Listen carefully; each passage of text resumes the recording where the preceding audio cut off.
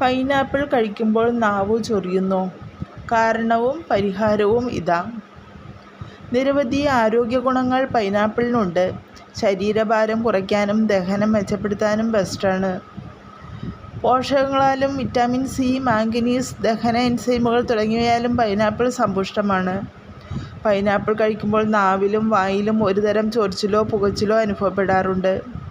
ഇതിൽ അടങ്ങിയിട്ടുള്ള ബ്രോമലൈൻ എന്ന എൻസൈമാണ് ഇതിന് കാരണം. ഇതൊരു പ്രോട്ടീൻ ദഹിപ്പിക്കുന്ന എൻസൈമാണ്. പൈനാപ്പിൾ കഴിക്കുമ്പോൾ നാവിലും വായിലും അനുഭവപ്പെടുന്ന ഈ ബുദ്ധിമുട്ട് സാധാരണമാണ്. ഇത് ദോഷകരമല്ലാത്തതും താൽക്കാലികവുമാണ്. പൈനാപ്പിളിലെ ബ്രോമലൈൻ എന്ന എൻസൈം വായിലെ കോശങ്ങളെയും നാവിനെയും അല്പം പ്രകോപിപ്പിക്കും.